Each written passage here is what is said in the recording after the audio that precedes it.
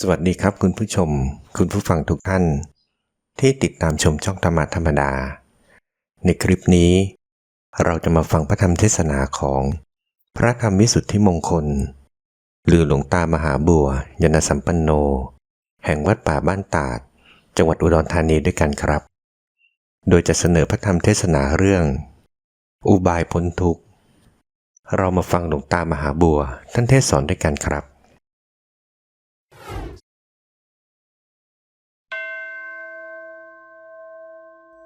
หลักธรรมของพระพุทธเจ้า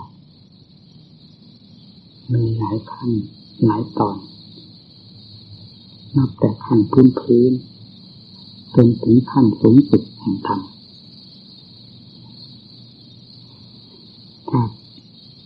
ถ้าเป็นร้านค้าก็เป็นร้านสรรพสินค้าสินค้าไม่มีอัดมีมันมีอันในการจำหน่ายต่อลูกค้าหาเลือกได้ตามความชอบใจ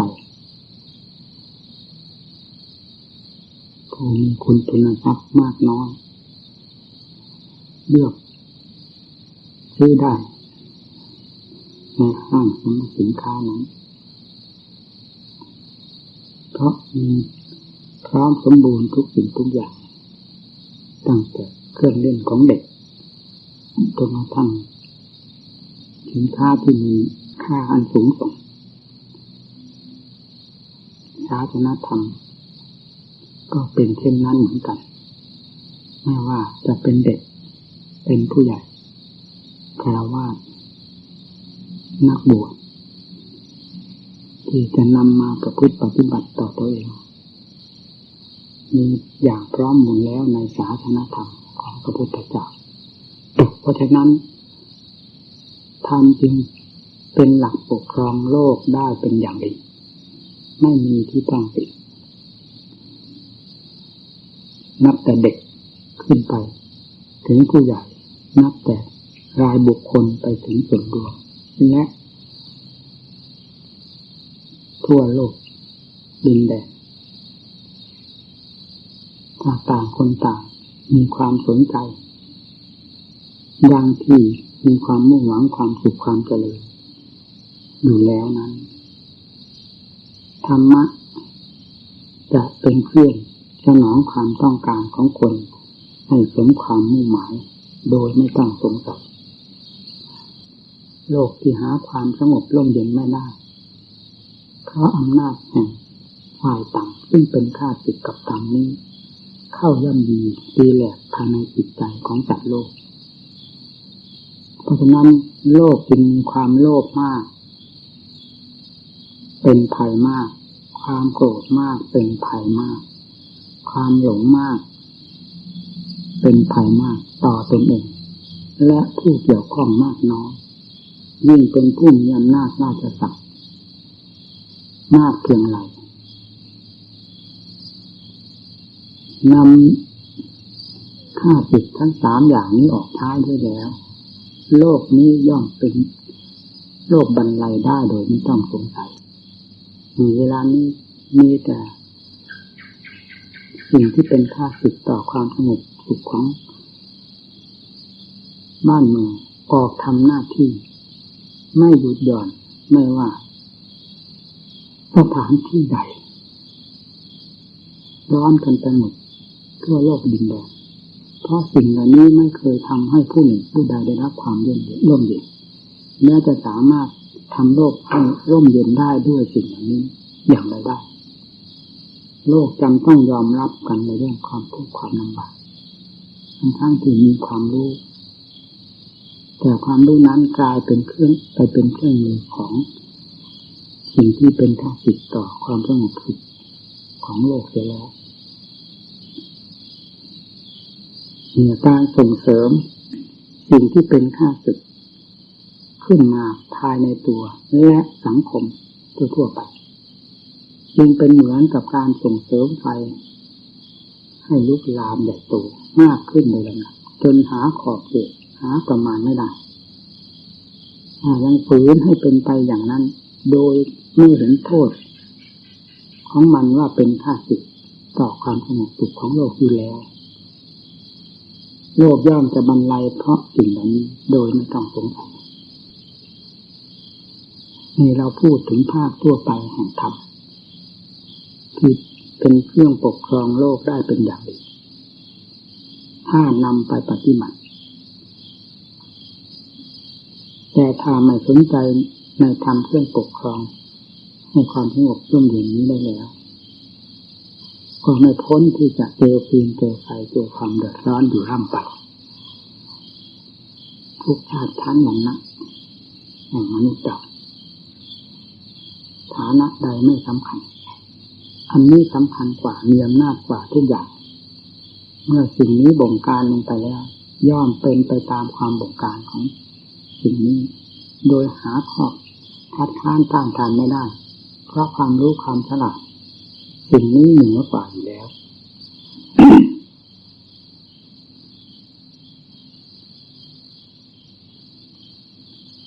ย่นเข้ามาจากส่วนใหญ่คือโลกเข้ามาสู่สังคมเข้ามาสู่ครอบครัวเข้ามาสู่ตัวของเราเมื่อโลกเป็นเรื่องใหญ่โตทำไม่สามารถจะเอื้อมถึงและไม่มีใครสามารถที่จะแนะนำสั่งสอนโลกให้เห็นคุณค่าแห่งธรรมยิ่งกว่าคุณค่าแห่งฟืนไฟที่เป็นอยู่ภายในจิตใจนั้นก็ต้องย้อนเข้ามาสู่วงแคบโดยลำดับจนกระทั่งถึงตัวเราโลกไม่สามารถที่จะปกครองตนปกครองกันได้ด้วยความเป็นธรรมแต่เราต้องพยายามให้ผิดแปลกจากโลกที่เขาไม่สามารถกลายเป็นผู้สามารถขึ้นมาปกครองตนด้วยธรรมเฉพาะอย่างยิ่งคือนักบวชเป็นผู้พร้อมแล้วในการปฏิบัติธรรมทุกอาการที่เคลื่อนไหวไปมาและทุกอิริยาบถทุกสถานที่เป็นสถานที่อิริยาบถที่เหมาะสมอยู่ตลอดเวลาอยู่แล้ว วันหนึ่งคืนหนึ่งเจตนาของเราเองก็ทราบชัดภายในตัวถ้าเรามีความมุ่งหวังต่อสิ่งใดเราจึงไม่ยอมตนเข้ามาบวชในพระพุทธศาสนาเราก็มุ่งต่อความสงบสุขภายในจิตใจมุ่งอัดมุ่งทำนั้นให้ความร่มเย็นแก่เรามากน้อยตามกำลังที่เราประพฤติปฏิบัติธรรมนั้นขั้นนั้นได้หรือข้อนั้นได้การบวชเป็นการประกาศเพศของตนให้โลก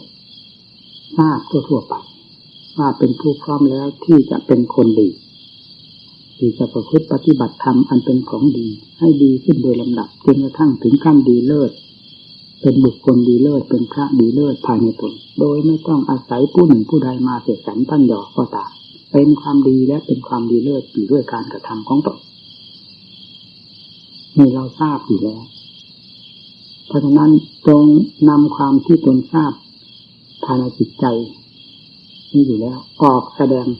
ออกทำหน้าที่ให้เป็นเม็ดเป็นหน่วยของตนอย่าได้ลดละท้อถอยคุณงามความดีอันจะพึงได้จากศาสนธรรมของพระพุทธเจ้าทำทุกข้อทุกขั้นทุกภูมิไม่มีข้อสงสัยแล้วว่าจะนำผู้ปฏิบัติตามธรรมนี้ให้ตกทุกข์ได้ยากลำบากเข็นใจหรือตกนรกหมกไหมนะครับความทุกข์ทรมานเพราะการประพฤติปฏิบัติธรรมนี้พาให้ร่มจมไม่มีข้อสงสัยเลยแม้นิดเพราะเป็นสวขาตธรรมตรัสไว้ชอบทุกแง่ทุกมุมแล้วในบรรดาธรรมทั้งหลายที่พระองค์นำมาสั่งสอนโลกทรงค้นอยู่ถึง6 พระพรรษามาทดสอบกับพระไทยคือโรคซึ่งมีอยู่ภายในนั้นแก้ไขกันโดยลำดับลำดาจนเป็นที่ได้ผลเป็นที่แน่พระไทยสุดส่วนแล้วจึงนำธรรมนั้นออกมาสั่งสอนโลกธรรมนั้นจึงเรียกว่าสวขาตธรรมตรัสไว้ชอบแล้วไม่มีข้อขัดแย้งและเป็นนิยานิกธรรม นำผู้ประพฤติปฏิบัตินั้นให้หลุดพ้นจากสิ่งกีดขวางปิดบัง สิ่งที่เป็นพิษเป็นภัยออกได้โดยลำดับตามกำลังความสามารถของตนมีธรรมมีอย่างนี้ไม่เป็นอย่างอื่นพระองค์ทรงรับรองยืนยันแล้วโดยถือพระองค์เป็นองค์ประกันในคุณภาพแห่งธรรมทั้งหลายที่นำมาประกาศสอนโลกนี้ว่าไม่เป็นอื่นนอกเหนือจากเป็นธรรมล้วนๆและเป็นของประเสริฐเลิศยิ่งกว่าโลกไหนๆโดยถ่ายเดียวเท่านั้นเราจึงไม่ต้องกลัวว่าจะเกิดความล่มจมเพราะการทุ่มเทกำลังความสามารถลงในการประพฤติปฏิบัติธรรมเพื่อการต่อสู้กิเลสอันเป็นตัวพิษตัวภัยหรือเป็นข้าศึกอยู่ภายในจิตใจมานานด้วยอธรรมของพระพุทธเจ้าเป็นเครื่องกำราบปราบปรามเพราะธรรมเป็นที่รับรองมาแล้วจากพระพุทธเจ้าและสาวกทั้งหลายถ้าเป็นยาก็เรียกว่าได้ทดลองมาเต็มที่แล้วเห็นผลเป็นที่พอใจประจักษ์ใจจึงนำมารักษาโรคแต่ละประเภทประเภทโรคเมื่อต้านทานยาชนิดนี้หมอต้องในพลิกแปลงเปลี่ยนแปลงหายาขนาดใหม่มาแก้จนกระทั่งโรคไม่สามารถจะต้านทานยาได้แล้วคนไข้ก็หายจากโรคภายในจิตย่อมมีการต้านทานยาคือทำเหมือนกันถ้าเราทำด้วยอุบายนี้เป็นความชินชาก็แสดงว่ากิเลสนั้นมีความต้านทานธรรมต้องคิดแปลงเปลี่ยนแปลงอุบายวิธีต่างๆจนสามารถระงับดับกิเลสประเภทนั้นๆลงได้ด้วยวิธีการนั้นๆเช่นเดียวกับหมอพลิกแปลงเปลี่ยนแปลงหายาขนาดใหม่มาแก้โรคที่ต้านทานยาจนหายไปได้อุบายวิธีประพฤติปฏิบัติตนจึงขึ้นอยู่กับความฉลาดแหลมคมของผู้จะปราบกิเลสตัวฉลาดยอมไตรภพเช่นเดียวกันไม่เช่นนั้นแก้กันไม่ลงแก้กันไม่ตกต้องได้ใช้อุบายเสมออย่าติดความสุขความสบายอันเป็นนิสัยกิเลสนอนเนื่องของกิเลสฝังอยู่อย่างลึกลับเราไม่อาจทราบได้ว่าความนอนใจหรือความสบายอันนี้ว่าเป็นภัยต่อเราเอง เราเห็นว่าความทุกข์เพราะการประกอบความภาคเพียรเพื่อจะแก้กิเลสเหล่านี้ว่าเป็นภัยสิดังนั้นก็หาทางรอดไปไม่ได้เพราะขัดจากความมุ่งหมายของธรรมว่าวิริยะนั้นดุขมัจเจติคนจะหลุดพ้นจากทุกข์ไปได้เพราะอำนาจแห่งความเพียรในระหว่างการประกอบความเพียรอยู่นั้นความทุกข์ก็ต้องเป็นไปตามๆกันเป็นปีเดียวกันกับเชือกเหมือนเชือกนั่นเองจะไม่ได้รับทุกข์ได้อย่างไรผู้มุ่งต่อธรรมย่อมไม่คำนึงถึงความทุกข์ที่เป็นไปด้วยการประกอบความภาคเพียรยิ่งกว่าการเห็นภัยของกิเลสซึ่งเป็นข้าศึกอันใหญ่หลวงภายในจิตใจนี่เป็นสิ่งสำคัญมากที่จะควรคำนึงสำหรับผู้ปฏิบัติเราเขาร่ำเรียนในมหาวิทยาลัยหรือโรงเรียนโรงเรียนต่างๆได้ความรู้วิชาออกมาแจกแบ่งกระจัดกระจายไปทุกแห่งทุกหนจนกลายเป็นผู้มีความรู้ทั่วไป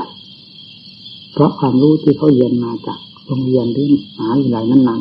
ๆเราเป็นผู้มาศึกษาอาจทำจากครูจากอาจารย์ในสำนักต่างๆก็เช่นเดียวกับเข้าศึกษาเราเรียนหาความรู้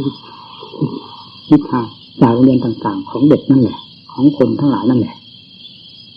เขาได้แต่ประพฤติปฏิบัติเขาได้ความรู้วิชาไปแจกจ่ายตลอดทั่วถึงเราทำไมแม้จะแจกเรายังไม่ได้มันไม่เร็วไปมากเหรอเราต้องคิดในข้อนี้วิชานี้เป็นวิชาที่สำคัญซึ่งเรามุ่งสละคารวะเรือนชีวิตจิตใจสมบัติเงินทองทุกสิ่งทุกอย่างบรรดาที่โลกเห็นว่าเป็นของมีคุณค่าน่าชอบใจออกมาสู่ความเป็นพระเพื่ออัดเพื่อทำซึ่งเป็นสิ่งที่มีคุณค่ามากยิ่งกว่านั้นเป็นไหนทำไมเราจะไม่มีกำลังใจที่ต้องประพฤติปฏิบัติ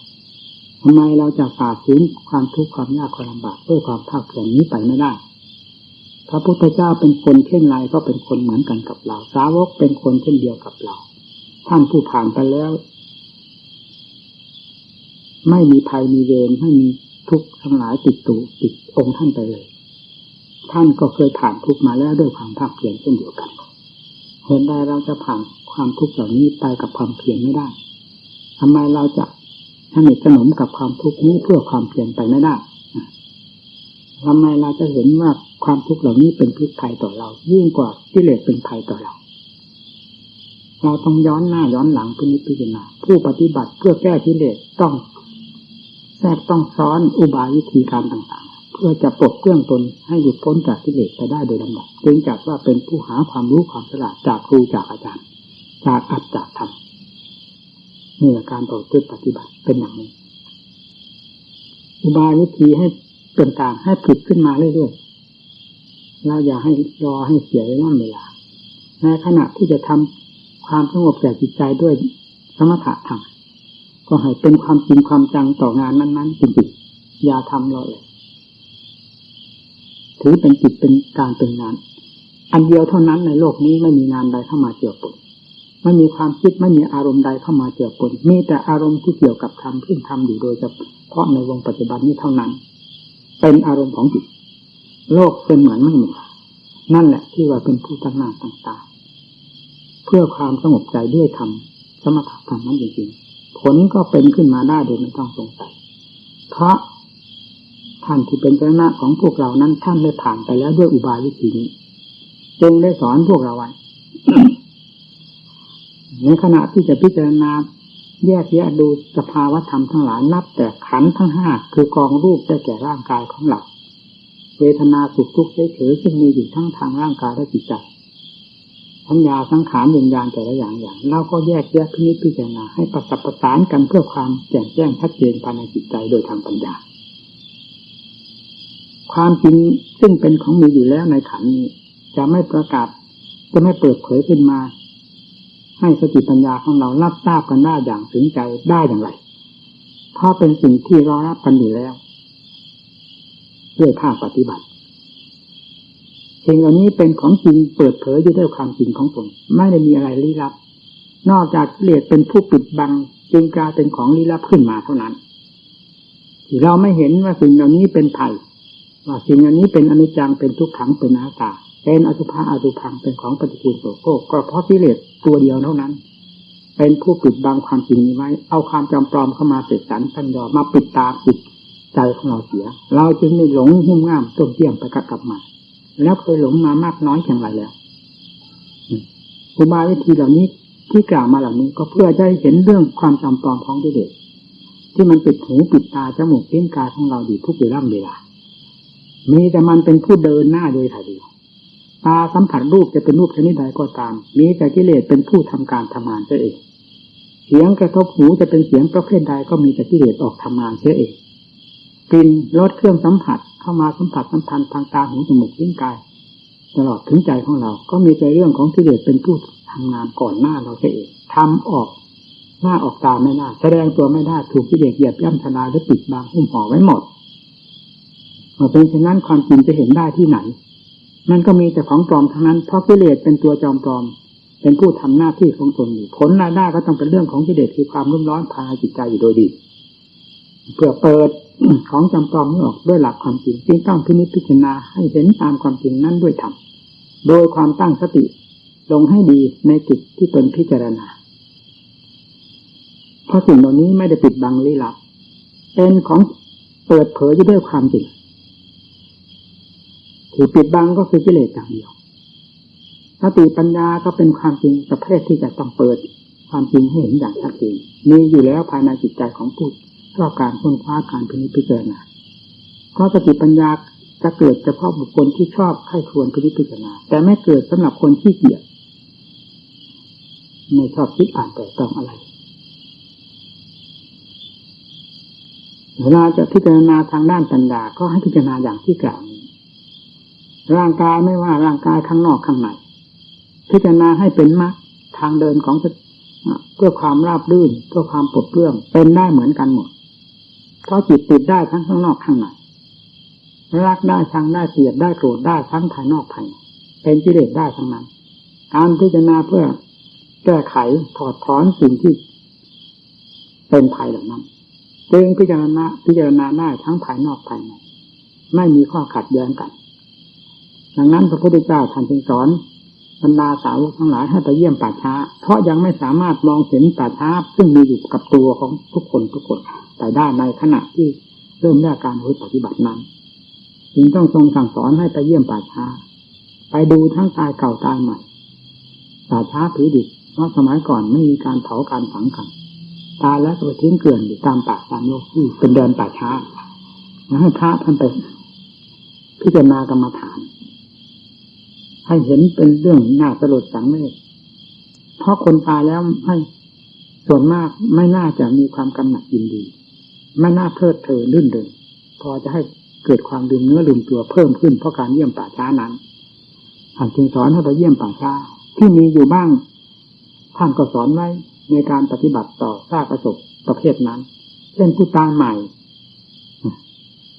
อย่าด่วนเข้าไปเกี่ยวข้องให้พิจารณาที่ตายเก่าไปโดยลำดับลำดาไว้ก่อนที่เป็นอสุภะอสุภังซึ่งเวลาพบแล้วเห็นแล้วให้เกิดความสลดสังเวชเบื่อหน่ายอันเป็นอัตเป็นธรรมเพื่อปลดเปลื้องตนเองให้หายกังวลในสิ่งเหล่านี้ที่เคยรักเคยชอบมาเป็นเวลานานไปโดยลำดับก็สอนให้พิจารณานี้ก่อนเมื่อสติปัญญามีกำลังพอที่จะกล้าเข้าพิจารณาอสุภะอสุภังในซากอศพที่ตายใหม่ก็ให้พิจารณาคลี่คลายไปเช่นเดียวกับตายเก่าเพราะเป็นสภาพเหมือนกันเป็นตะเกียงยังไม่แตกไม่สลายยังไม่เน่าไม่พองขึ้นเต็มตัวของมันในขณะนั้นเท่านั้นแต่มันก็ทำงานทั้งวันของมันไปด้วยความเน่าพองเปื่อยแตกกระจายไปเช่นเดียวกับภาพอศพทั้งหลายที่เป็นมาแล้วสอนให้พิจารณาเพื่อให้เห็นจริงตรงนั้นแล้วน้อมเข้ามาสู่ตัวของเราเองซึ่งจะต้องเป็นเช่นนั้นเหมือนกันแม้ปกติก็เป็นอยู่แล้วภายในเป็นของปฏิกูลโสโครกอยู่แล้วนี่คือปัญญาพิจารณาภายนอกพิจารณาอย่างนั้นเพราะฉะนั้นจึงมีในธุดงค์ข้อหนึ่งเหมือนกันว่าธุดงค์ข้อเยี่ยมป่าช้านอกแล้วก็เทียบเข้ามาสู่ป่าช้าในพอได้หลักได้เกณฑ์จากป่าช้าภายนอกแล้วก็ย้อนเข้ามาสู่ภายในพิจารณาป่าช้าภายในนี้เป็นอันมหาสงสัยทั้งป่าช้านอกป่าช้านอกทั้งป่าช้าในเปิดของจริงขึ้นมาเห็นตามความจริงตามขั้นภูมิของมันที่ตามสภาพของมันที่เป็นอยู่จนกระทั่งถึงลงถึงธาตุเป็นกายเป็นธาตุสี่ดินน้ำลมไฟแต่เท่านั้นคำว่าอสุภะอังก็หมดไปอันนี้จังทุกขังอนัตตาค่อยๆหมดไปโดยลำดับตามขั้นของจิตของธรรมที่ได้รู้ได้เห็นคำว่าอนิจจังทุกขังอนัตตาก็ละเอียดไปตามปัญญาตามขั้นภูมิของสติปัญญาที่พิจารณาได้และกลายเป็นขั้นธรรมละเอียดเข้าไปโดยลำดับจนกระทั่งถึงวิมุตติหลุดพ้นแล้วคำว่าอนิจจังทุกขังอนัตตาก็หมดปัญหาไปเช่นเดียวกับทางเดินของเราที่ไปสู่จุดต่างๆเมื่อไปถึงที่นั่นแล้วทางก็หมดปัญหาไปในขณะที่ก้าวเข้าถึงสถานที่ตนต้องการจิตใจเมื่อก้าวเข้าสู่แดนแห่งความหลุดพ้นโดยประการทั้งปวงแล้วคำว่าอนิจจังทุกขังอนัตตาซึ่งเป็นทางเดินเพื่อความหลุดพ้นก็หมดปัญหากันไปเองโดยไม่ต้องสลัดต้องตัดต้องทิ้งหากเป็นไปด้วยความเหมาะสมของจิตดวงนั้นเองเช่นเดียวกับเราเดินทางเข้ามาสู่จุดที่ต้องการนี้แล้วทางกับเราก็ไม่ต้องไปปลดไปเปลื้องซึ่งกันและกันหากปลดปัญหากันไปในตัวนั่นแหละในขณะที่พิจารณาทางด้านปัญญาก็ให้พิจารณาอย่างนั้นพิจารณาไม่เพียงครั้งหนึ่งครั้งเดียวเราอย่าเอาเวลาเอาการกำหนดนับเท่านั้นเท่านี้ไปเป็นกฎเป็นเกณฑ์ยิ่งกว่าการพิจารณาเห็นแจ้งเห็นจริงในสิ่งนั้นพิจารณาหลายครั้งหลายหนหากค่อยเข้าใจเข้าไปเองชัดขึ้นโดยลำดับจนกระทั่งพอตัวเมื่อพอแล้วการปล่อยวางก็ไม่ต้องบอกอุปาทานความยึดมั่นนั้นเป็นผลของความลุ่มหลงของจิตเมื่อพิจารณารู้แจ้งเห็นจริงตามความเป็นจริงของมันแล้วความยึดมั่นถือมั่นก็ถอนตัวเข้ามาเองไม่ต้องไปแยกไปถอนมันแหละมันถอนของมันเองการถอนความยึดมั่นถือมั่นอันเป็นเรื่องของกิเลสตักปันเสียดแดนหรือตีหัวตะปูย้ำเอาไว้นั้นย่อมเป็นอิสระขึ้นมาโดยลำดับพ้นจากความกดขี่บังคับของกิเลสมาเป็นขั้นเป็นตอน จนกระทั่งพ้นโดยสิ้นเชิงความอยู่ใต้อำนาจบังคับบัญชากดขี่ข่มเหงของคนมันดีเมื่อไหร่จะเป็นผู้ใดก็ตามถูกเขากดขี่บังคับทรมานทั้งการอยู่การกินการตายการมาการหลับการนอนในอิริยาบถทั้งสี่ตลอดสถานที่ต่างๆอยู่ใต้อำนาจแห่งความบังคับบัญชาความทรมานทั้งนั้นคนเราหาอิสระหาความสุขได้ที่ไหนเช่นอย่างเขาติดคุกติดตารางเป็นคนที่เสียอิสระหมดอิสระแล้วคนธรรมดาทั่วไปจึงไม่มีใครต้องการอยากเป็นคนคุกคนตารางเพราะไม่อยากอยู่ในความกดขี่บังคับทรมานจากผู้หนึ่งผู้ใดมีจิตใจที่ถูกกิเลสอาสวะประเภทต่างๆกดขี่บังคับอยู่ตลอดเวลาทำไมเรากลับยินดีทั้งที่เราประพฤติปฏิบัติธรรมมาทำเป็นของเลิศของประเสริฐกว่ากิเลสเป็นยังไงเห็นใดเราจึงกลับยินดีในเรื่องของกิเลสมากยิ่งกว่าเรื่องของธรรมถ้าไม่ใช่ถูกกล่อมจากกิเลสอย่างแนบเนียนอย่างละเอียดละอออ้ออิ่มแล้วจะเป็นอย่างไรต้องเป็นเพราะเพลงของกิเลสมันหอมหวนชวนให้ชมไม่ชวนให้ดูดให้ดื่มไม่มีวันอิ่มพอนั่นแหละสัตว์โลกทั้งหลายจึงติดกันได้นี่เรามีเครื่องมือพิสูจน์ได้แก่อัตธรรมแล้วควรจะนำมาพิสูจน์ให้เห็นจริงเห็นจังกันในการประพฤติปฏิบัติของเรานี่แหละวิธีการที่จะพิสูจน์ให้เห็นดำเห็นแดงให้เห็นเป็นความจัดความจริงขึ้นมาระหว่างธรรมกับกิเลสต่างกันอย่างไรถ้าพูดถึงโทษกับคุณต่างกันอย่างไรพูดถึงเรื่องความวิเศษกับความเลวร้ายระหว่างธรรมกับกิเลสต่างกันอย่างไรจะทราบภายในจิตของเราภายในขันธ์ของเรานี้ภายในวงของผู้ปฏิบัติองค์ของเราตัวของเราผู้ปฏิบัตินี่แหละผู้ไม่ปฏิบัติจะไม่มีทางทราบได้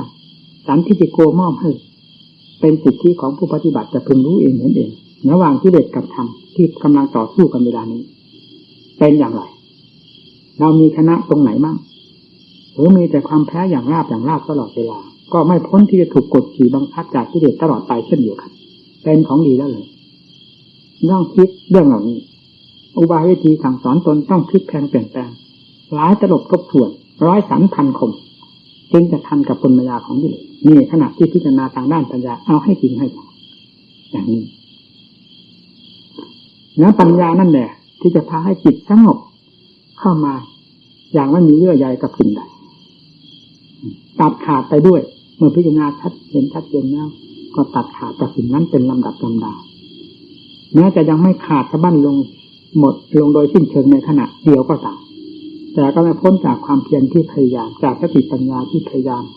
พิจารณาแยกแยะให้เห็นเป็นนักเป็นตอนขาดกันไปเป็นนักเป็นตอนไปได้ธรรมที่ท่านกล่าวไว้ไม่ใช่กล่าวแบบโมฆะมีแต่ชื่อแต่เสียงมีแต่ตัวหนังสือแต่มีความจริงเต็มเม็ดเต็มหน่วยเต็มอัดเต็มทำอยู่ในศาสนธรรมที่ประกาศสอนไว้ไม่มีบกพร่องเลยความบกพร่องมันจึงอยู่ที่เราผู้นับถือศาสนาแต่ไม่ได้ปฏิบัติตามหลักศาสนาอย่างแท้จริงเท่านั้นถ้าปฏิบัติตามหลักศาสนธรรมอย่างแท้จริงเต็มเม็ดเต็มหน่วยแล้วผลที่ท่านเคยเห็นประกาศสอนพวกเราไว้แล้วนั้นจะมารวมอยู่ที่ใจของเราผู้ปฏิบัตินี้ไม่ต้องสงสัยเพราะไม่มีภาชนะใดสิ่งใดที่จะเหมาะสมยิ่งกว่าจิตใจยิ่งกว่าใจดวงจะคอยรับทราบรับรู้รับเห็นกับธรรมทั้งหลายและเป็นสถานที่หรือเป็นภาชนะอันเหมาะสมอย่างยิ่งกับธรรมทุกขั้นทุกภูมิไปจะรวมอยู่ที่ใจดังธรรมท่านกล่าวไว้ว่ามโนปุถังธรรมามามโนสิกขามโนมายาธรรมทั้งหลายสำเร็จแล้วด้วยใจอยู่ที่ใจดีชั่วเกิดขึ้นที่ใจอยู่ที่ใจใจเป็นผู้รับทราบใจเป็นผู้สัมผัสใจเป็นผู้รับเสวยทั้งฝ่ายดีฝ่ายชั่วอยู่ที่ใจท่านสอนว่าอย่างนั้นเมื่อปฏิบัติให้เห็นตามความจริงกระเด็นลำดับแล้วเราจะปฏิเสธได้อย่างไรว่าใจไม่เป็นผู้รับอัตธรรมทั้งหลายแต่กลายเป็นสิ่งอื่นรับอัตธรรมแทนอย่างนี้ ต้องเป็นใจเท่านั้นตาหูจมูกลิ้นกายเป็นทางเดินเป็นเครื่องมือสำหรับประพฤติปฏิบัติธรรมจะยังผลแห่งธรรมที่เกิดขึ้นจากเครื่องมือเหล่านี้เข้ามาสู่ใจดวงเดียว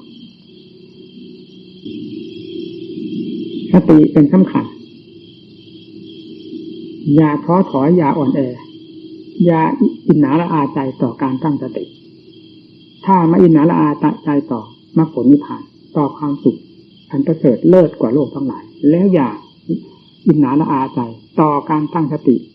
การพิจารณาด้วยปัญญาและต่อความเพียรทุกด้านทุกแง่ทุกมุมให้มีความตั้งตัวเสมอเพราะเราเป็นนักต่อสู้เราเข้าสู่แนวรบกับกิเลสแล้วเวลานี้ความท้อแท้อ่อนแอเป็นเรื่องของกิเลสทั้งหมดทำงานอยู่บนหัวใจเราจึงไม่ควรให้มันมาแย่งชิงเอาจิตดวงเลิศดวงประเสริฐนี้ไปขยี้ขยำให้แหลกให้เหลือดังที่เคยเป็นมาแต่สมัยที่เรายังไม่เคยรู้เรื่องรู้ราวอะไรกับศาสนธรรมและไม่เคยปฏิบัติเวลานี้เราได้ออกปฏิบัติแล้วเราให้จริงให้จังต่อการปฏิบัติของตนทุกข์ก็ยอมรับพระพุทธเจ้าก็ทุกข์มาพอแล้วสาวกก็ทุกข์มาพอแล้วประกาศทั้งทุกข์ทั้งสุขให้พวกเราได้เห็นในตำรับตำราครูอาจารย์องค์ไหนที่ว่าเป็นที่นับถือเคารพเลื่อมใสของประชาชนทั้งหลายองค์ไหนเขาองค์นั้นอยากพูดว่าร้อยทั้งร้อยไม่มีองค์ที่ล้างมือคอยเปิดเลยนอกจากเป็น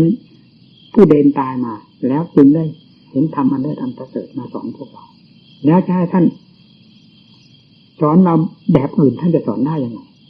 ท่านเคยดำเนินมาอย่างไรได้เห็นผลมาเพราะวิธีการใดต้องนำวิธีการนั้นมาสั่งสอนดังศาสนธรรมที่พระพุทธเจ้าประกาศไว้นี้ล้วนแล้วแต่ทรงประกาศจากการที่เคยทรงดำเนินมาแล้วทั้งเหตุทั้งผลนั่นแหละให้เราทั้งหลายทราบใครจะพัฒนาแหลมคมยิ่งกว่าพระพุทธเจ้าในโลกธาตุนี้หากว่าควรจะเป็นไปได้ด้วยวิธีการใดแล้วพระพุทธเจ้าไม่มีใครยิ่งกว่าในเรื่องพระเมตตาสงสารสัตว์โลกจะต้องหาวิธีการที่สะดวกสบายที่สุดให้สัตว์โลกได้ปฏิบัติและหลุดพ้นไปจากทุกข์อย่างรวดเร็วแต่นี่มันเป็นไปไม่ได้จึงเห็นว่าเหมาะสมเฉพาะมัชฌิมาปฏิปทานี้เท่านั้นยากลำบากก็อยู่ในความเหมาะสมกับธรรมนี้ธรรมนี้เป็นธรรมที่ออกหน้าออกตาที่จะปราบกิเลสทั้งหลายให้สิ้นซากไปได้ไม่มีธรรมใดนอกเหนือไปจากมัชฌิมาปฏิปทานี้เลยนี่ท่านจึงได้ประกาศธรรมนี้กับไว้ให้พวกเราทั้งหลายมัชฌิมาคือความเหมาะสมกับการปราบกิเลสสรุปลงแล้วคือศีลสมาธิปัญญาศีลเราก็ได้รักษาอยู่แล้วโดยปกติไม่มีความนัดและระคายในศีลว่าด่างเพราะได้ทะลุขาดไปที่ไหนสมาธิที่ยังไม่มีเพราะอะไรเพราะกิเลสมันขยี้ขยำจิตใจให้ขุ่นมั่วสุมกับมันอยู่ตลอดเวลาจึงหาความสว่างกระจ่างแจ้งหาความสงบร่มเย็นไม่ได้เราก็รู้อยู่แล้วทำวิธีใดจะทำให้จิตใจมีความสงบปลอดโปร่งได้เราก็ต้องพยายามเอาวิธีนั้นมาใช้ยากลำบากก็ต้องสู้ต้องทำยายังไม่เฉลียวฉลาดก็พยายามทำพยายามคิดพิจารณาถ้าจะทำหรือรูปขันธ์เวทนาขันธ์สัญญาขันธ์วิญญาณขันธ์อย่างนี้แหละเป็นหินลับของปัญญาให้คมกล้าเป็นถ้าพิจารณาสิ่งอย่างนี้ต้องเป็นหินลับปัญญาได้เป็นอย่างดีทุกข์ก็เป็นหินลับปัญญาสมุทัยมันสอดแทรกขึ้นมาตรงไหนปัญญาก็สอดแทรกเข้าไปทำลายลงไปได้อุบายไปเรื่อยๆมีความฉลาดแหลมคมเข้าไปเรื่อยหรือเรียกว่าสมุทัยเป็นหินลับปัญญาก็ได้เพราะกลมายาของสมุทัยที่แสดงออกมาแต่ละอย่างนั้นเป็นเรื่องที่จะให้ปัญญาได้ฟิตตัวเองให้ฉลาดแหลมคมยิ่งกว่ามันเข้าไปโดยลำดับมันมาไม้นี้ก็สู้ไม้นี้มาไม้นั้นสู้ไม้นั้นสู้เรื่อยมาหลายเดี่ยมหลายคมหลายสันหลายคมก็สู้กันแบบนั้นมันก็ทันกันปัญญาไม่ได้คมกล้าเพราะการอยู่เฉยๆไม่ได้เกิดขึ้นเพราะการอยู่เฉยๆแต่เกิดขึ้นเพราะการพิจารณาและคมกล้าด้วยการพิจารณาย้อนหน้าย้อนหลังหลายตลบทบทวนเกิดขึ้นเพราะผู้ชอบจิตและบำรุงสติปัญญาด้วยการพิจารณาอยู่โดยสม่ำเสมอย่อมมีสติปัญญาแก่กล้าขึ้นโดยลำดับสุดท้ายกิเลสก็อ่อนลงไปจนกระทั่งสิ้นไปโดยสิ้นเชิงไม่มีสิ่งใดนั่นแหละที่นี่เรียกว่าอิสระเสรีเต็มที่แล้วจิตที่มีอะไรกดท่วงเลยอยู่ตามหลักธรรมชาติของตนไม่มีสมมุติแม้แง่ใดเข้าไปขัดไปแย้งไปกีดไปขวางจะให้เป็นจิตที่มีความสุขเกษมเต็มที่ได้อย่างไรจิตที่อยู่ใต้ความกดขี่บังคับ อยู่ตลอดเวลาก็เช่นเดียวกับนักโทษที่ถูกกดขี่บังคับอยู่ในที่คุมขังตลอดเวลานั่นแหละแม้แต่นอนก็ยังต้องถูกบังคับจะหาความสุขที่ไหนจากความเป็นนักโทษนั้นในจิตที่กำลังเป็นนักโทษเพราะอำนาจแห่งกิเลสบังคับบัญชาอยู่ตลอดเวลาจะหาความสุขความสบายที่ไหนความสงบร่มเย็นบ้างก็ไม่มีเพราะกิเลสไม่ให้สงบมันกวนตลอดเวลาความเฉลียวฉลาดที่พอมีที่จะปลดเปลื้องกิเลสก็ไม่ให้มีเสียมันติดขั้นไว้หมดไม่ให้คิดให้อ่านแต่ตองอะไรได้พอเป็นเหตุเป็นผลที่จะแก้หรือดับปราบปรามกิเลสได้แล้วจะหาความสุขความสบายความหลุดพ้นความเป็นอิสระได้อย่างไรเพราะฉะนั้นนักปฏิบัติจึงต้องค้นคว้าจึงต้องพิจารณาจึงต้องฝืนการต่อสู้กันต้องฝืนไม่ฝืนไม่เรียกว่าการต่อสู้อยู่เฉยๆเรียกว่าต่อสู้ไงการทำหน้าที่ต่อสู้กันนั้นต้องฝืนทั้งนั้นแหละลำบากก็ฝืนทุกข์ก็ฝืนขัดข้องขนาดไหนก็ฝืนโง่ก็ฝืนความโง่ให้เป็นความฉลาดแก้ความโง่ลงด้วยความฝืนมันก็ฉลาดสุดท้ายก็ไม่พ้นความพยายามแต่ได้ผมขอให้ทุกท่านนำไปประพฤติปฏิบัติเห็นที่ท่านว่าแดนแห่งความเกษมอยู่ที่ไหนแล้วอ่านมันจะพอตามตำรับตำราสมาธิก็อ่านซะจนน้ำลายก็มีในปากแล้วปัญญาก็อ่านซะพอวิมุตติหลุดพ้นก็อ่านก็เห็นแต่ตัวหนังสือคนเขียนเป็นตัวออกชื่อออกเสียงของบาปของบุญของนรกของสวรรค์ของกิเลสตัณหาประเภทต่างๆของมรรคผลนิพพานแต่กิเลสจริงๆไม่ว่าประเภทไหนไม่มีในหนังสือนั้นมีแต่ชื่อสมาธิปัญญามรรคผลนิพพานก็ไม่มีในหนังสือนั้นมีแต่ชื่อตัวจริงไม่มีอยู่ที่ใจของเราท่านสอนให้ย้อนเข้ามาดูที่ใจเขียนไม่ในตำราก็สอนเข้ามาที่นี่กิเลสอยู่ที่นี่บาปธรรมอยู่ที่นี่ศีลอยู่ที่นี่สมาธิอยู่ที่นี่ปัญญาอยู่ที่นี่กิเลสทุกประเภทรวมอยู่ที่หัวใจนี้มรรคทุกประเภทรวมอยู่ที่หัวใจปราบปรามกิเลสก็ปราบปรามกันอยู่ที่หัวใจกิเลสหมอบราบไปหมดไม่มีอะไรเหลือแล้วความหลุดพ้นก็คือใจดวงนี้เลยสรุปแล้วลงอยู่ที่นี่ทั้งหมดไม่อยู่ที่อื่นที่ใดขอให้พากันลงใจในการปฏิบัติอย่าไปคาดไปหมายมรรคผลนิพพานว่าอยู่ที่นั่นที่นี่นั่นเลวไหลจะคลุกเนาหาความจริงไม่ได้จะเลวไหลตลอดไปการแสดงก็จะมีเพียงพวกเพียงแค่นี้พูดถึงน้ำตานี่มันแปลกนะเราก็ไม่เคยคิดมันน้ำตาเรามันจะพังในขณะที่มันโอ้โหมันสลดความเงียบมันย้อนไปถึงพระพุทธเจ้าที่ว่าน้ำตาร่วงน้ำพระเนตรร่วงนั่นแหละคือน้ำตานี่เป็นสมมติธาตุขันธ์เป็นสมมติแต่เพราะอาศัยจิตความรู้สึกของจิตมันกระตุกก็แสดงออกมาเช่นอย่างถ้าคนทั้งหลายร้องห่มร้องไห้เวลาคนนั้นคนนี้ตายพระสาวกอรหันต์ท่านทรงธรรมสังเวชนะเป็นน้ำตาร่วงออกมามันเนียนที่กระตุกนี้จะเป็นท่านเป็นคนธรรมสังเวชเพราะไม่ได้กระเทือนจิตของท่านให้เกิดความเสียอกเสียใจเหมือนในโลกทั่วไปมันกลายเป็นธรรมสังเวชขึ้นมาท่านจึงให้ชื่อน้ำตาของพระอรหันต์นั้นว่าเป็นธรรมสังเวชที่หนึ่งนั้นท่านในร่วงขณะที่พระพุทธเจ้าตรัสรู้ที่แรกนั่นแหละเรื่องธาตุเรื่องขันธ์ก็ต้องเป็นไปเหมือนโลกแต่ความรู้สึกนั้นต่างกันเรื่องพระเนตรบูชาต้นโพทั้ง7 วันเรายอมรับหมดเห็นคุณค่าไปหมดอย่างนี้หลวงปู่ขายแล้วเนาะเวลาจะกลับมาจะได้หนีจากที่นั่นนั้นมาแล้วเนี่ยหันหลังกลับคืนอีกนะหันหน้ากลับคืนไปดู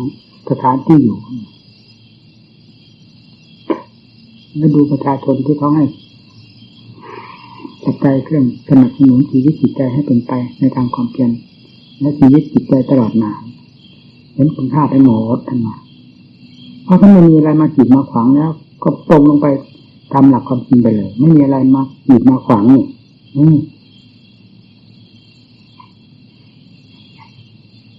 ก็เป็นเหมือนกันเวลาในพลิกแผ่นดินโลกธาตุสมมตินี่ ออกจากใจแล้วมันโอ้โหไม่มีครั้งใดสมัยใดเหมือนเลยมันคงจะมีเท่านั้นในชีวิตนี้ปัญญาเดียวกันนั่นโอ้โห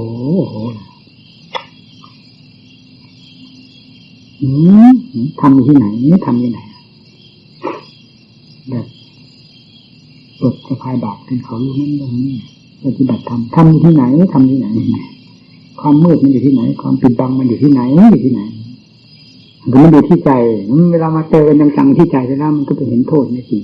ที่ควรเห็นคุณค่าในสิ่งที่ควรเห็นอย่างถึงใจเหมือนกัน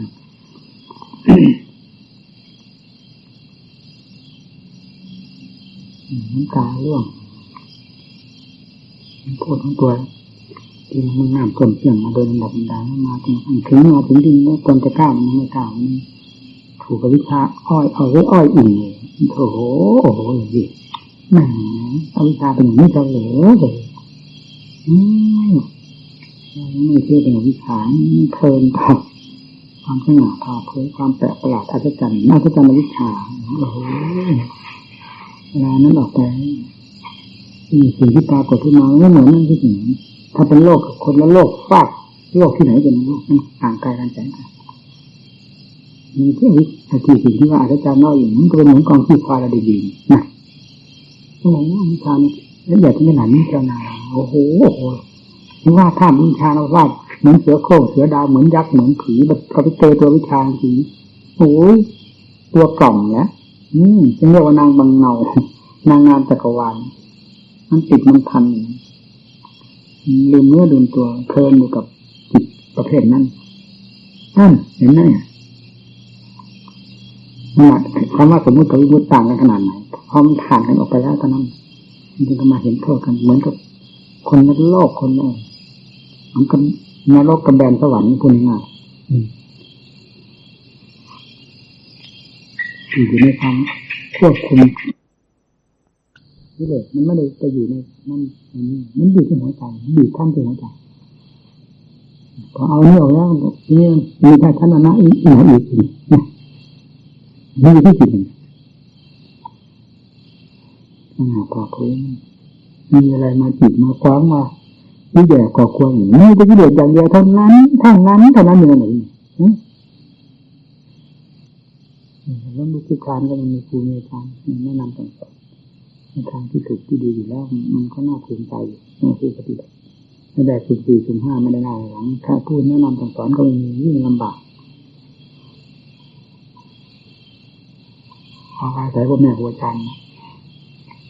ฟาดมันเต็มเหนียวทั้งฟาดลงเต็มที่แล้วฟาดลงเต็มเหนียวมันไม่กล้าพูดว่าไม่มีงานใดที่เป็นหนักยิ่งกว่างานฆ่ากิเลสนะงานฆ่ากิเลสนี่เป็นงานที่หนักมากในชีวิตงานที่เราเคยผ่านมามากน้อยจะหนักอย่างไรไม่ได้เห็นจะหนักเป็นสลาตายจากกันว่าแต่งานฆ่ากิเลสไม่รู้กี่ครั้งที่มันเป็นพื้นสละเพื่อทำเป็นกระจายสละเป็นเพื่อนก็มีแล้วถึงวาระเอานะเนี่ยเรียกว่าปล่อยละทีนี้ไม่ตายก็รู้ไม่รู้ตายเท่านั้นนะเรียกว่ามีเป็นสละเป็นทักงานนี้จะถึงขนาดนั้นงานอื่นเราไม่เคยได้สละเป็นกระจายกับมันว่างานทางโลกที่เคยปฏิทำมาแต่งานต่อสู้กิเลสนี่ได้สละอย่างนั้นจริงๆทุกทรมานที่สุดเลยคุ้มค่าในตำหนิชมไปเลยซ้ำชมเรื่องความอุตสาห์พยายามความบึกบึนในการปฏิบัติมาทั้งตนภูมิใจเพราะอย่างทุกวันนี้มันทำไม่ได้นี่ตายนี่ทำได้ไงมันเป็นคนละคนเป็นคนละโลกอีกแหละไอ้เล่าคนนี้กับคนนั้นน่ะกับเราคนนั้นน่ะพูดถึงกำลังใจมันก็ไม่มีความมุ่งมั่นมันก็ไม่มีพูดตรงๆเนี่ยมั่นความมุ่งมั่นมันก็ไม่มีกำลังใจก็ไม่มีกำลังวังชาของส่วนร่างกายมันก็ไม่มีนี่แล้วจะเอาอะไรมาให้เป็นได้อย่างนั้นมันตายว่ะนั่นกำลังใจมันพุ่งเดินเตะถ้าเตะใจมันจะห่อเหินเดินฟ้าหนึ่งมันทั้งที่ร่างกายมันหมดกำลังของมันเพราะการอดการฝึกทรมานนั่นแหละอาจจะเพราะอะไรแต่กำลังของจิตนี่ดีดถึงมันคนละโลกอยู่แหละ กำลังของกายเป็นอย่างหนึ่งกำลังของจิตเป็นอีกอย่างหนึ่งเพราะฉะนั้นมันถึงพอฟักพออย่างกันเพราะความมุ่งมั่นที่จะเอาให้รู้ให้เห็นนั่นสิมันหนักมีกำลังมากชีวิตจิตใจก็ไปรวมอยู่ที่ความมุ่งมั่นทั้งหมดมีคุณค่าเฉพาะความมุ่งมั่นที่จะให้หลุดพ้นคุณค่าของชีวิตเลยทุ่มเข้าไปหาตรงนั้นหมดเลยทุกวันนั้นไม่ได้เลยว่าโง่พูดแสนโง่ความมุ่งมั่นก็ไม่มีไม่ทราบจะมุ่งมั่นไปไหนอยู่อย่างนี้แต่ว่าเซ่อกับเซ่อติดเซ่อแล้วไม่มุ่งมั่นไปไหนอยู่เฉยแม้แต่เรื่องเป็นเรื่องตายไม่เคยไม่เห็นมาเป็นกังวลไม่มาคิดมันดูก็รู้ก็อยู่นี่จะไปหาที่ไหนเนี่ยเป็นก็รู้ก็อยู่นี่เวลาจะตายมันก็คืออันนี้มันกระแสก็รู้อยู่นี่ก็ได้พิจารณาอยู่แล้วเนี่ยมันรู้ไปหมดทุกสิ่งทุกอย่างแล้วมันก็จะสงสัยอะไรแล้วตายจะไปเกิดที่ไหนแต่เวลานี้เป็นยังไงล่ะเนี่ยจิตเป็นยังไงมันก็เป็นอย่างนี้อยู่แล้วจะได้เกิดที่ไหนเกิดที่ไหนมันก็รู้อยู่ชัดจะสงสัยอะไรอีกเนี่ย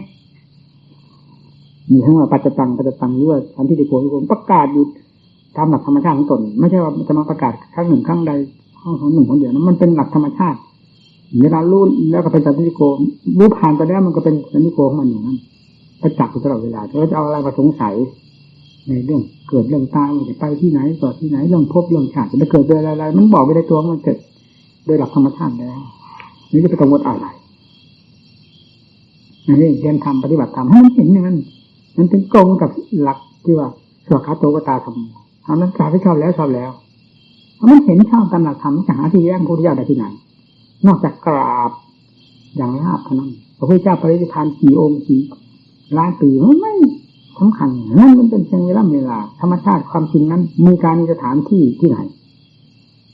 เป็นหลักธรรมชาติอยู่ถ้าพูดเป็นปัจจุบันตลอดเวลารู้นี่แล้วก็เหมือนอันนั้นเหมือนอันนี้แล้วจะเอาการสถานที่เข้ามาจับได้ยังไงเพราะนั่นเป็นสมมุติอันนี้เป็นความจริงมันต่างกัน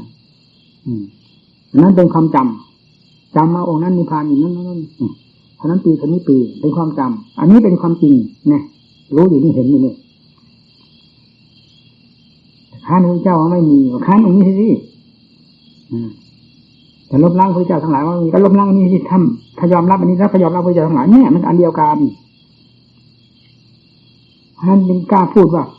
ธรรมะทุกบททุกบาทที่เราเรียนเรานั่นน่ะเหมือนกับพระพุทธเจ้าแสดงบอกอยู่ตลอดเวลานะเป็นปัจจุบันสดๆร้อนๆอย่างนั้นมาเช่นอย่างสัจธรรมตามทั้งสิ่งเหมือนพระองค์ประกาศกลางวันอยู่ในขณะนั้นที่ออกจากเสียงเรานั่นแหละคือธรรมวิญญาณความจริงอย่างนั้นอยู่ในนั้นน่ะเป็นแต่ธรรมนั้นแท้ๆไม่เป็นไปอย่างอื่นนี่จะเป็นเหมือนกับพระองค์ประทานพระวาทด้วยพระโอษฐ์เองให้เราได้ยินได้ฟังอยู่ทุกวันเสียงธรรมคือเสียงความจริงไม่มีความปลอมอยู่นี่ตลอดเช่นเดียวกับกิเลสจริงมันตลอดมันไม่ขึ้นกับการสถานที่อะไรกิเลสมันจริงอยู่ที่หัวใจมีที่หัวใจทำเมื่อได้จริงเป็นส่วนตนแล้วก็เป็นอย่างนั้นเหมือนกันกิเลสมันยังเป็นฝ่ายสมมติมันยังมีความแปรไปได้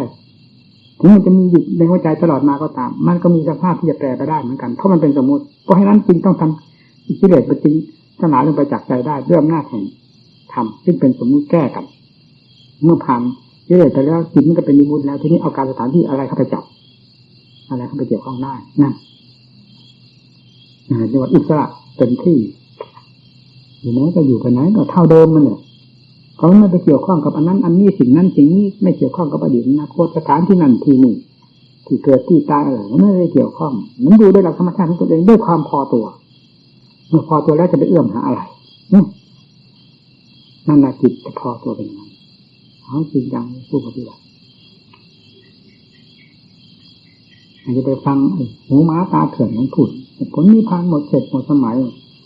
คนตาฝ้าตาฟางมืดแปดคิดแปดได้มันข้ามน้ำลายไปนั่นพระพุทธเจ้าไม่ใช่ผู้มืดแปดด้านนะที่สอนธรรมนี่พระพุทธเจ้าไม่ใช่องค์หลอกลวงโลกไม่ใช่ศาสดาลวงโลกเจ้าทำมันหลอกโลกยังไงทีนี้ไงก็ต้องสอนอย่างนั้นเลยสอนตามความจริงเพราะรู้ตามหลักความจริงแล้วจึงมาสอนเอาเครื่องหลอกลวงมาสอนไม่ไงในจิตมีแต่ความจริงล้วนๆเต็มส่วนภายในใจโลกพระเจ้าของปลอมมาหลอกโลกเนี่ยมันกิเลสเนี่ยมันหลอกคนผลนิพพานหมดเจ็บหมดสมัยไปแล้วที่มาเข้าอะไรก็ไม่ได้ตัวมันเองไม่สนใจกับศาสนาไม่สนใจการปฏิบัติ มันจะอ่อยไหลมาตัวนั้นเนี่ยตัวโมฆะมรรคผลนิพพานหมดกับผู้นั้นเนี่ยผู้ปฏิบัติตามหลักของมรรคผลนิพพานอยู่ทำไมมรรคผลนิพพานจะหมดไปไหนมรรคผลนิพพานไม่ใช่ผลหมากรากไม้พอที่หมดฤดูหมดกาลหมดสมัยถ้าเป็นเหมือนผลหมากรากไม้มันก็หมดไปได้ไหนมรรคผลนิพพานไม่ใช่ผลไม้นี่นะคือความจริงนั่นเป็นความเปลี่ยนนะสินั่นอยู่ในที่โลกนั่นถ้าเราต้องการจะหาความเปลี่ยนโล่งจากสถานที่นั่นเราก็ถางต้นไม้ดาหญ้าออกสิปาดกวาดออกเนาะมันจะมีการมีสมัยมาจากไหนประกวาดทั้งหมดแล้วมันก็เปลี่ยนโล่งกันที่นั่นแต่หาการหาสถานที่ไหนอีกเย็ดจึงถูกปกคลุมห่อยุ่มก็มืดมิดแต่ที่แต่ด้านอย่างนี้แหละเขาจะเดือดปิดบังเปิดที่เดือดหมดแล้วธรรมชาตินี้จะต้องไปหามาที่ไหนไม่ต้องการหาเพราะมีอยู่แล้วเดี๋ยวเลิกกันละเก็บเลยแล้ว